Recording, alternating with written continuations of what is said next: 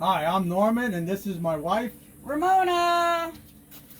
We are Creepy Crafty Creations. Try saying that 3 times really fast. Creepy Crafty Creation. Creepy Crafty Creations. Creepy Crafty Creations.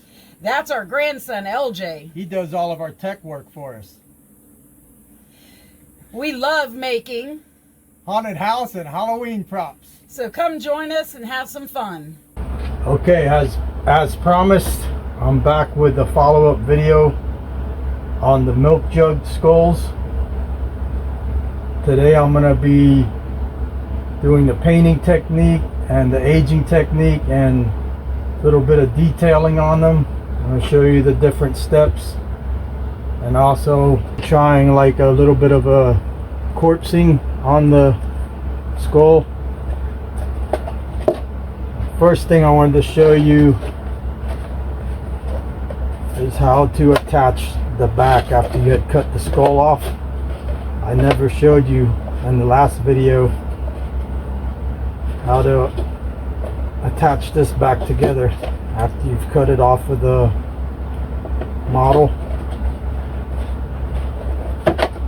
For that, we're going to need the glue gun. And what I do, about halfway down, I cut a little notch in one side of the slit, so I can kind of feed that over, and then I'll put hot glue on here and on here, on the underside of this and this, and then you can kind of glue that together, something like that.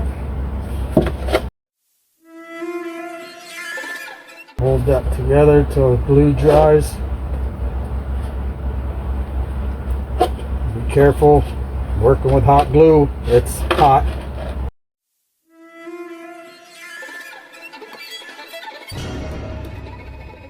Like it's bonded pretty good.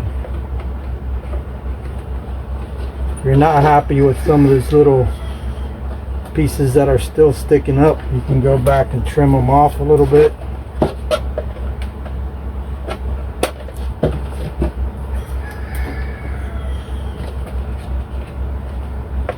And you can use hot glue to fill that gap, or you can leave it. If you got a knife or something stuck through his skull, I usually just leave the little slits like that, but you could cover them up with hot glue, caulking, liquid nail, something like that. Alright, I'm going to let that set up and dry a minute. And the next step is going to be painting the skull like a bone color, like that color, which I used this paint here. I'd gotten it on discount at Home Depot. It's a shell white, or you could use this one. I've used this one before. Don't remember where I got this from, but it's heirloom white.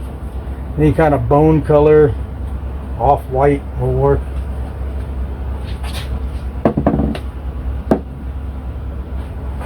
Keep that set up. It's still a little tacky. I'll let that dry a little bit. On this skull, I'd use a contact cement, and I would brush it on, chip brush, get a glob of it, stick it on there, let it set up, you know, maybe 3 to 5 minutes so it gets tacky, and then you can pull it across. You can see it kind of stretches it out, and you can stick it to that each side. I did this one before I painted it. Later in the video I'm going to try it on one that's already painted, but I've tried it before, and sometimes the solvents in the contact cement will dissolve the paint So I'm gonna try it again and see if it works. But I've got one here. It's already done before the paint job. So now I'm gonna paint a base coat on these two skulls. I'm gonna do one in the heirloom white.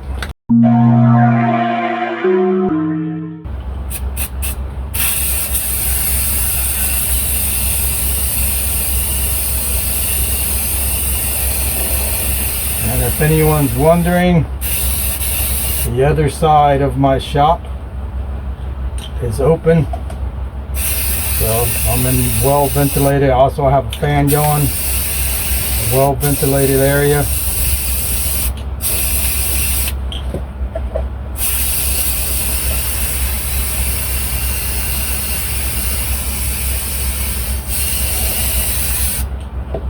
You know, when you're doing the base coat of the white, you don't necessarily have to get good coverage down in the eye sockets and the nose and in the areas you're going to be coming back and doing the shadowing, but your preference.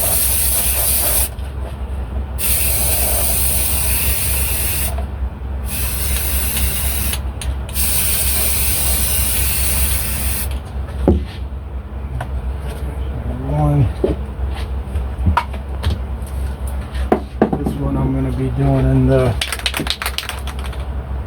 shell white.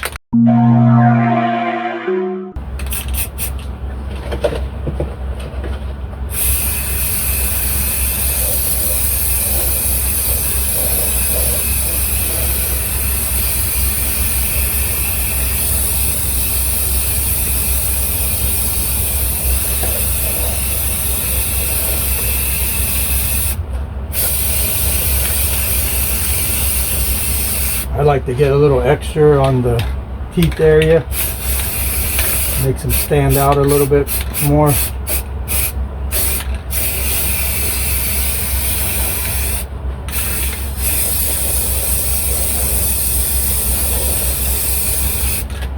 That's pretty good. Sit these aside. We usually give them about an hour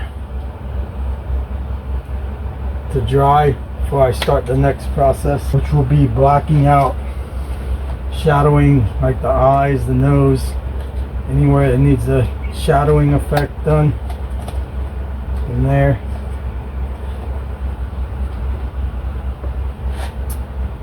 So we can do that on this guy.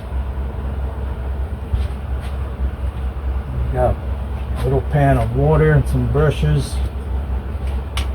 And I just use this black for it. It's the Walmart one, cheapy.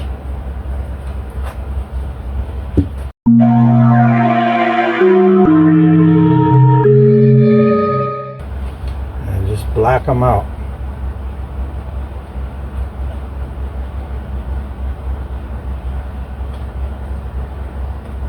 Try to get right up to the edge of the eye socket.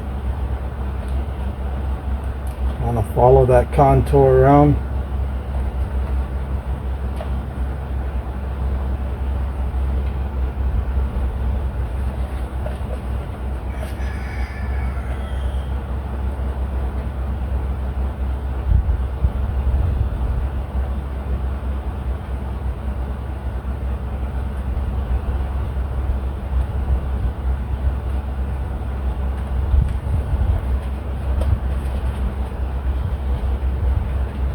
Nose. Kind of drag it up to that top tip of the nose hole, and then just follow that contour around.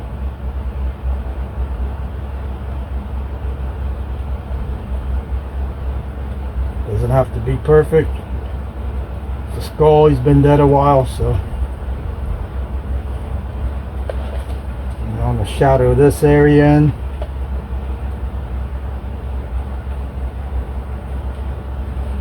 Same thing, try to follow the contour of the the bone there, or in this case plastic. And this can all get cleaned up. Doesn't have to be perfect. This all get cleaned up when you do the staining. It's all gonna blend in.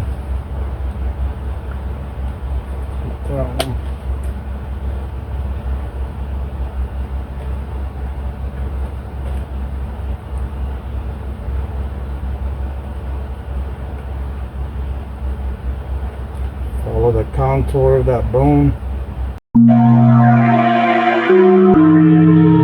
I get up under here, shadow all that.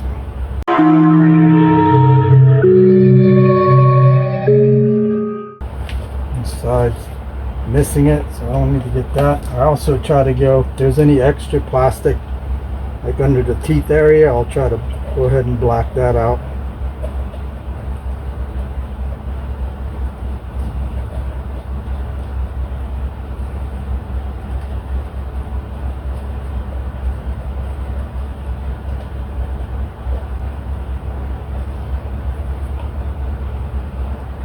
Teeth I did with a Sharpie. I usually get my wife to do the painting of the teeth. She uses a real fine brush and she can get in the, make some really fine lines. Looks a little bit better when she does it, but I went ahead and did these with the Sharpie. She's better at the detail work than I am as far as painting. For that, I'm rubbing off paint already. Alright, so that's the shadowing.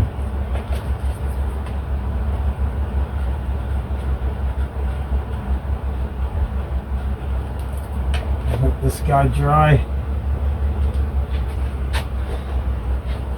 Okay, so now we need to move on to the staining part of it, the aging part. Got this one already painted white, shadowing's done. I'm going to use this one to do the aging, the staining. And we have a lot of options to do staining.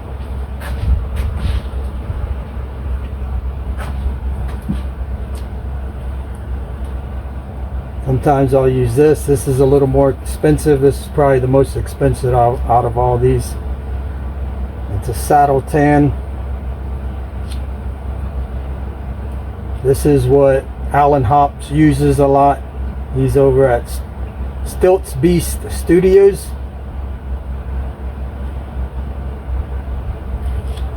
But I'm not going to be using that. Right now I use that on this skull. So that's what that kind of looks like.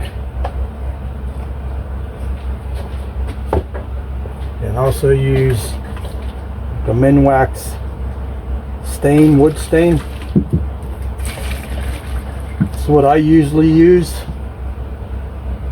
And this skull is that color, which I don't even know what that is. That's a red mahogany. Kind of like that one. That's good to use on the 5-foot skeletons. Gives it almost like a little bit of a red tinge, like dried blood. But I think we're going to use this one. And this is a dark walnut.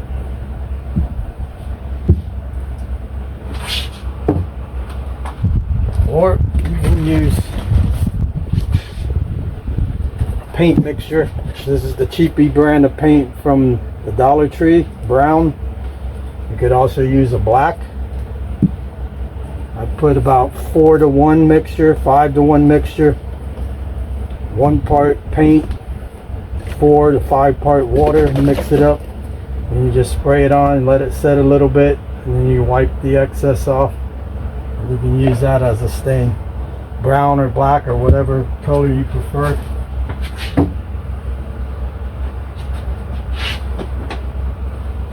I'm going to use this guy.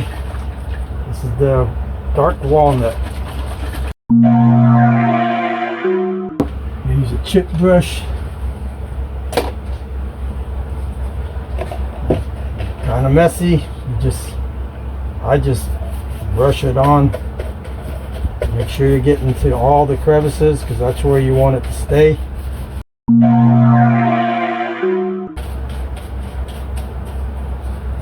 cover everything except the teeth, and this guy really doesn't have any teeth. You don't want to cover the teeth because you're going to be going back and doing the painting between the teeth, and it's going to dull out the color of the teeth. If that happens, you can always go back and do a light spray with the white again just over the teeth area, and you can bring back that white color. Pretty good coverage.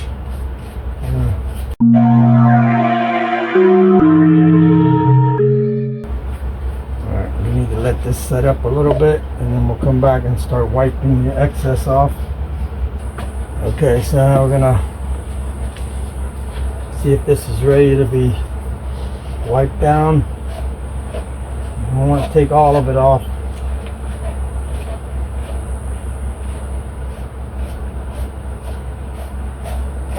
Lightly. It's also to your preference. I mean, if you want to make it look more like bone, take more of the stain off. You could also dab.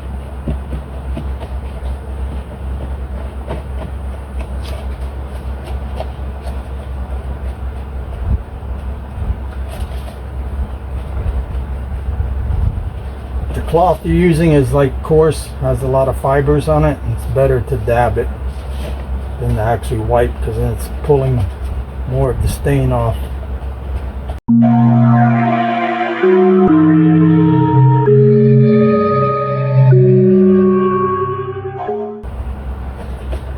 That looks pretty good. I'm happy with that look. I have to set this guy aside.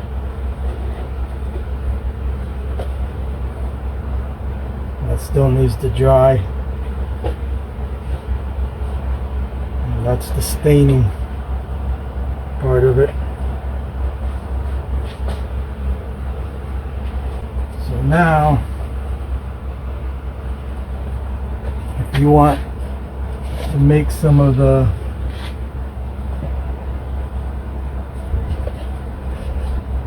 wrinkles and folds and stuff stand out a little more, you can go back over them with a different color. I use like a beige, a dark flesh, whatever color you want. You can also use like a red. I use like a beige. It kind of picks up on all the wrinkles and folds, like it's, you know, rotted skin or whatever, flesh. So let's try that. This guy's gonna set up. There's one I've got that hasn't been done yet. There we go. That's a beige.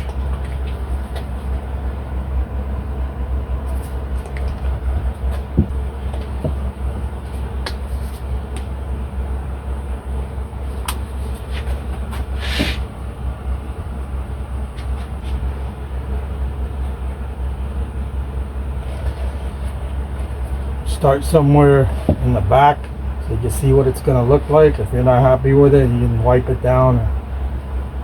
Let's go back here, and I just follow the contour of the wrinkle.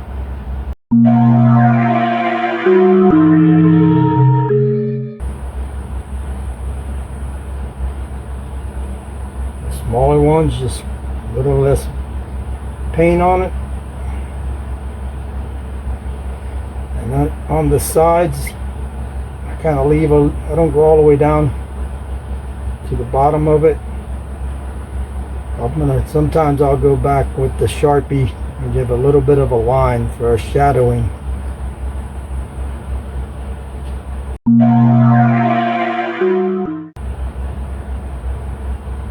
I'm only gonna do one side. I'm just showing you guys the process.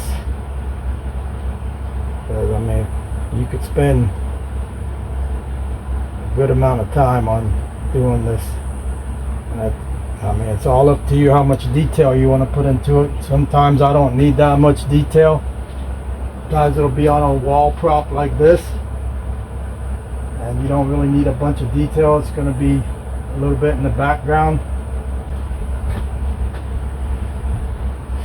want to spend the time and put more detail into it, that's great.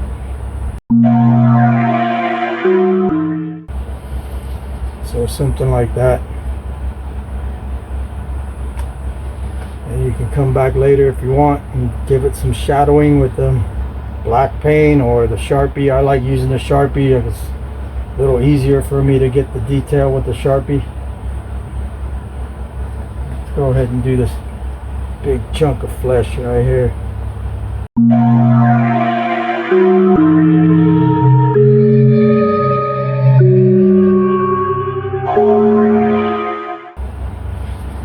So something like that.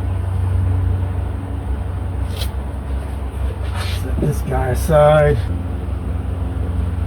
Okay, just real quick, I'll show you just how I do with the shadowing around those wrinkles. I do it with a Sharpie. Kind of get in there. A finer tip would, you know, areas like that, using a finer tip would probably be better. Get a thinner line. Something like that.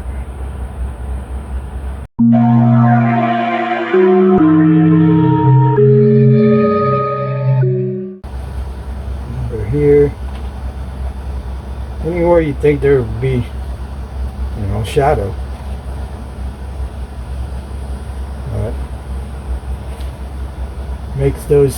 Makes it stand out a little bit more, all those wrinkles and folds.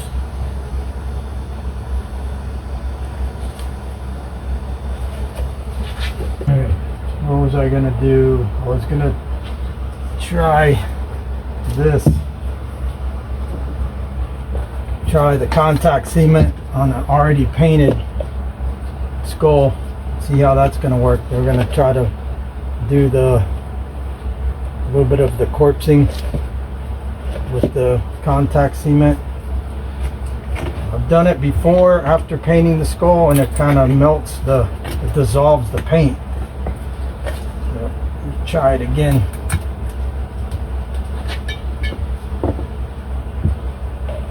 Chip brush, and if anyone's wondering, I do clean my chip brushes even if it's been in an oil-based paint or a stain, or even this stuff. It doesn't get all of this off. I use a mineral spirits. I kind of like let it soak. But for something like this contact cement, you can still use the old same brush. If you don't want to do that, you want to throw them out, that's fine. They're cheap enough. But because I go through a lot of these, I try to recycle them and use them as long as I can. So I'm going to get a good amount on the brush. And what you're looking to do is you want to build it up either here to pull it back to here, or you build it up here to pull it back to there. Any places like that where you can pull it across. Down here would look cool.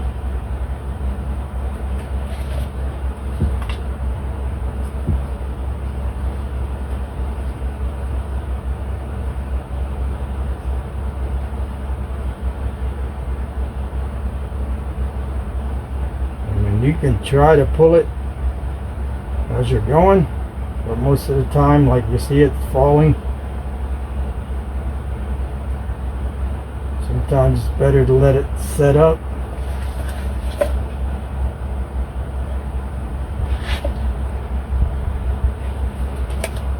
So if you just put a pretty good glob on there, let that set. I mean, anywhere, depending on how, if you wanted a thicker piece, you let it sit longer. If you want it real thin, you can start pulling it up sooner. It's going to make it look more like spider web type, kind of like that.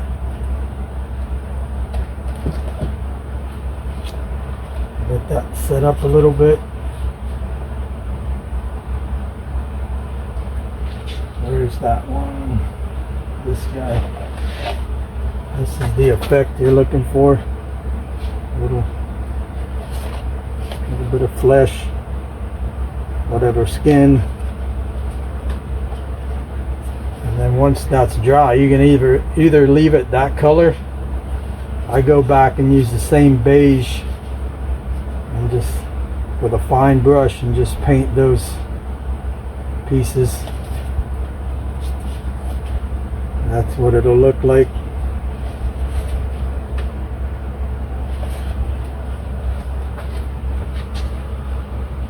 While I'm waiting for that to set up, I had made this guy.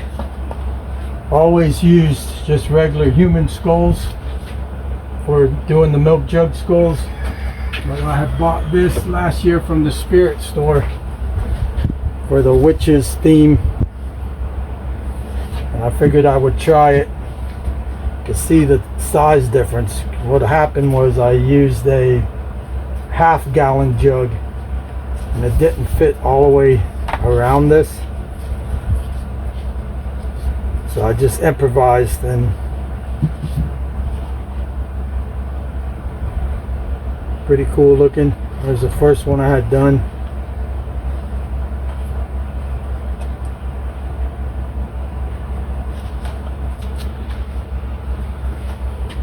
I'm gonna get my wife to do the detail painting on the teeth on this one, and I'll show you that part.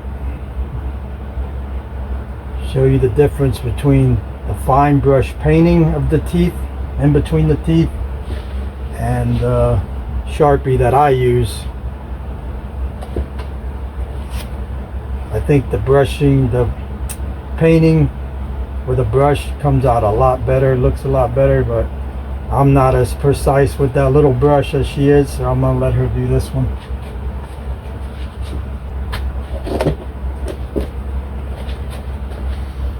Okay, let's see if this stuff is ready.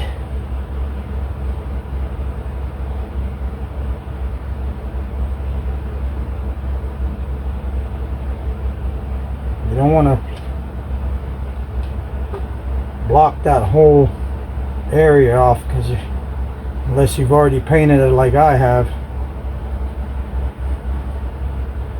you don't need to get down in there. Like if you, oh, that was a good one. Look at that one. Good. The longer you let this sit, see how it's starting to peel the paint, dissolving the paint. I'm good with that. That looks pretty cool. So something like that, and you'll come back and paint it again. If you want to go back over with the white, touch up with the white, and then when you paint all the wrinkles with that beige or whatever color you're using, you can paint all those corpsed areas, the contact cement areas.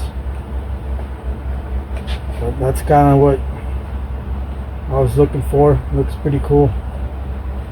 Set that aside and let it dry. And there was one more thing I wanted to show you guys, and I should have showed it to you earlier. It was something I kind of discovered as on accident. You have a old cloth, but the fibers are coming loose in it. This is how I found out about it. Or you can use cotton balls. So after I painted, let's use this guy.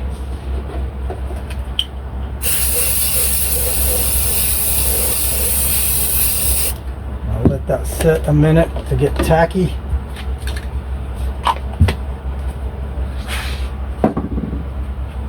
If you come back, once it gets tacky, if you come back with the cotton balls, you stick it to that paint, that wet paint, as long as it's tacky enough to hold that cotton ball or whatever you're using to attach to it, it will stick. I don't know if it's, see, like that, pulling those fibers off.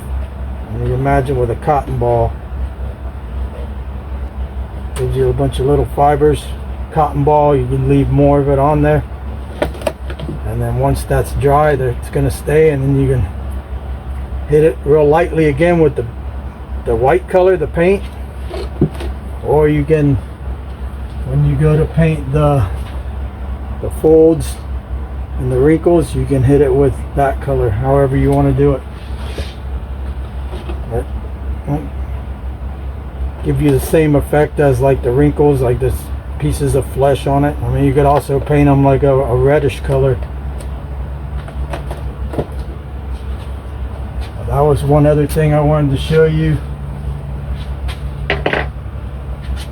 And I think that's about it on the painting and aging and corpsing techniques that I use. There's one that's finished. If my wife had painted the teeth, it'd look a lot better, to be honest. I mean, I'm not as good as she is on that part. That's why I let her do it. A little tedious stuff like that, but I mean, it looks pretty cool.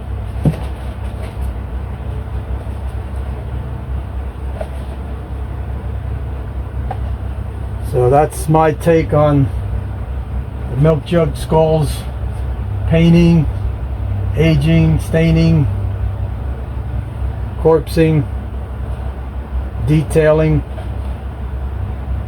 and it works for what I need it for. There was one other thing I wanted to show you, and now I'm not sure if I can, because I just stained this guy. I don't think he's ready. Maybe. So if you want a skull, you can see this one like that. What I did is I cut them in half down the center of the skull, and you can get two pieces out of it. And if you're building something like this, you can get two pieces out of one skull, and it will take up two areas on the wall, so it's kind of like a bonus. And just to do that, I mean, it's simple.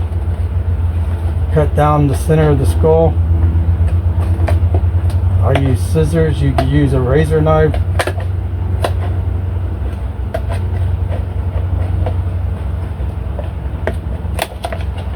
Try to follow back to where you had cut the seam to take it off of the model skull.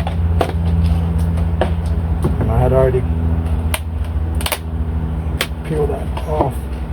And then you have two skulls. You can mount them on there, on the wall, or however, whatever you're using it for. Mount it on, something like that. But that's another way you can get more pieces out of one skull. Alright, I think that covers the way that I do them.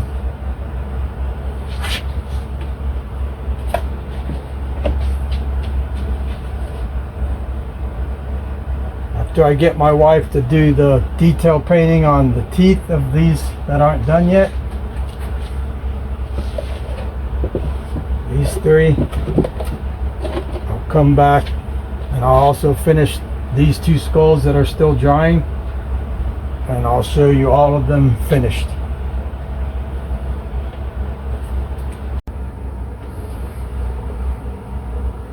Okay, I'm back with my wife as promised. She's gonna be doing the detail painting around the teeth with the black paint.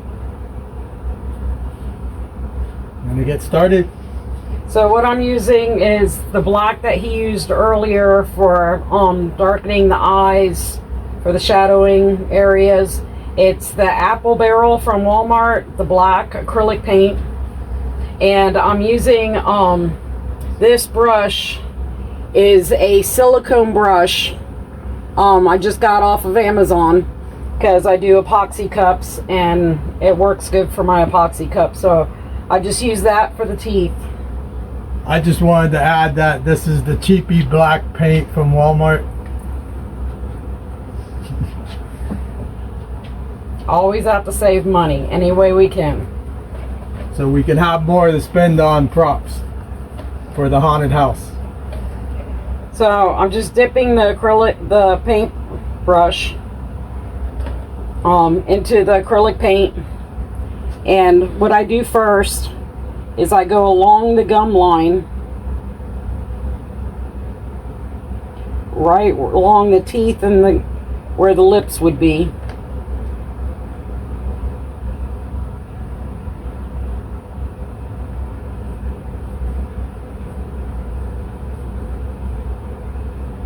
And no, I don't wear gloves like he always does. I like to be able to feel what I'm working with. She's a feeler.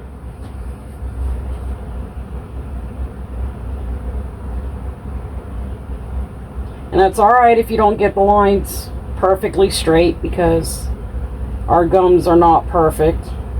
And it's a skull. He's been dead for a while, so he'll be fine. He doesn't need to eat much anymore anyway, so. Unlike you. What are you saying? You eat a lot. Look at that.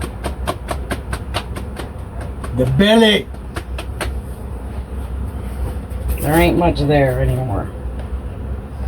And I go along the bottom also.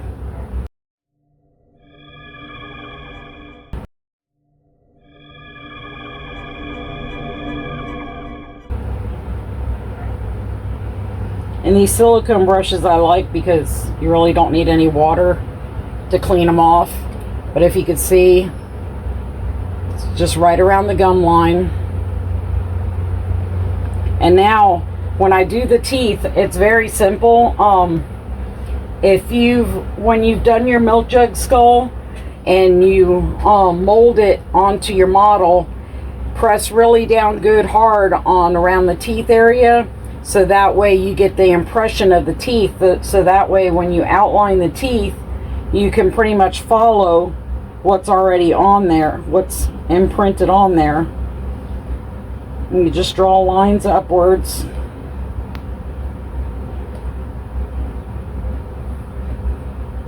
Or downwards. In here. I can't stay in here too long with you because it's getting really hot in here because of how smoking hot my wife is. I don't have my wading boots on right now because he talks a lot of BS. That's why you love me. Not for the BS. No, I know it's not for the money because I don't have any. And I'm kind of an older guy, so it isn't for something else. So you think? You better work on what it's really about then. So you see, that's the upper teeth.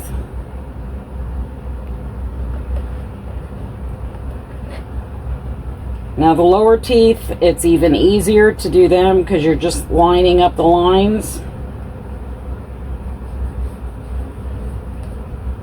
What if he didn't have like straight teeth? You don't have to worry about that because they don't. Not everybody has straight teeth. Not everybody has braces.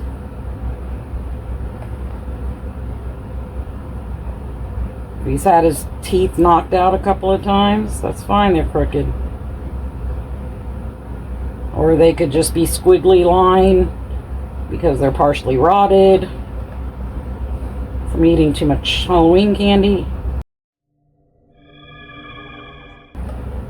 And then, as you can see, that's the upper and lower.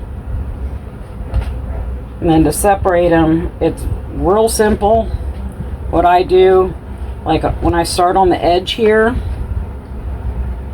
I'll make like a partial curve to the teeth.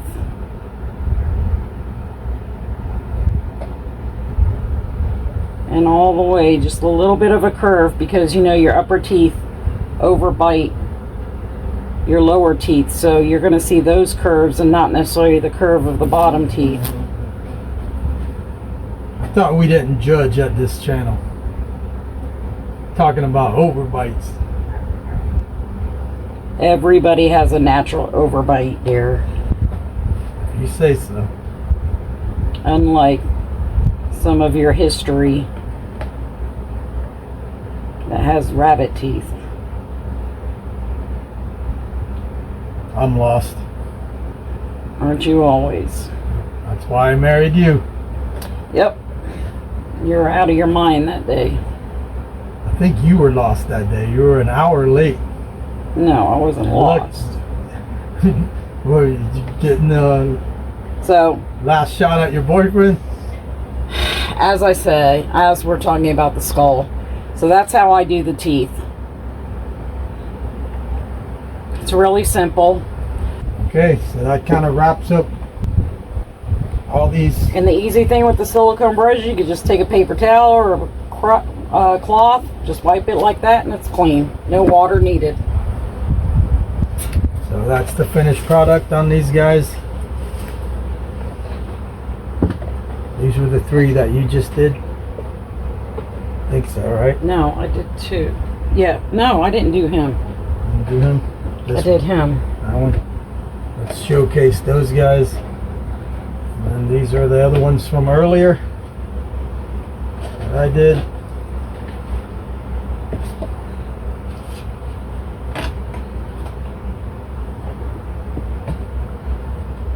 This one is the one he did with the contact cement, and that he showed you how to cut it in half. He stained it, and I think it looks really cool with that stain and up close.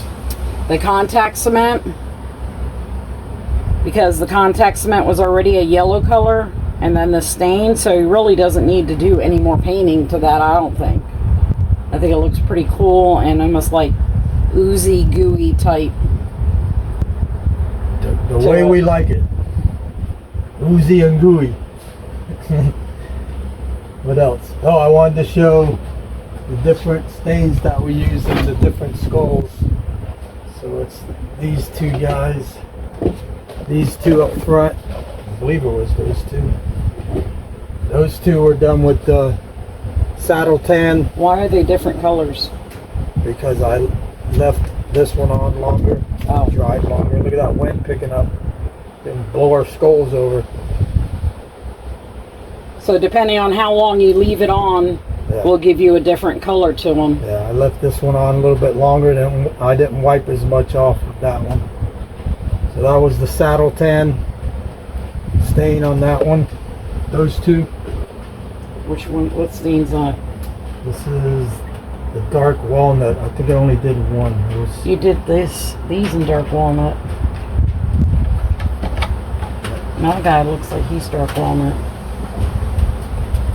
I think he is. Yeah. These were done with the dark walnut.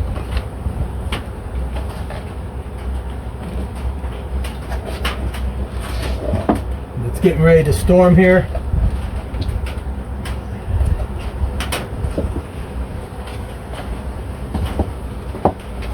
This guy was done with the brown paint mixed with water. That's why he's like a little lighter color. I didn't leave it sitting on there that long, but if the longer you leave it sitting, it will be a little bit darker. It's that guy.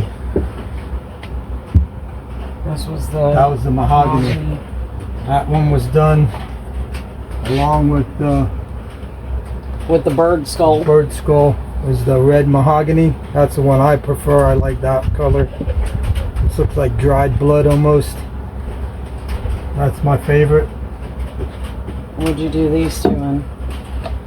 These 2 were done earlier. I didn't show the stain I used on this. It was an ebony stain. So it's a wood stain. Same Minwax wood stain. That was an ebony color. That was done with those 2. Okay. I think that wraps it up. If any of you guys noticed this guy back here at the back of the table, the real gator skull. I'm going to be using this on a prop build, a costume build actually, a stalk around costume that I'm going to be working on, and so look forward to that video coming soon, and please like and subscribe. Thank you for watching. Hope we helped you out on anything, on learning how to paint and age the milk jug skulls. Okay, until next time.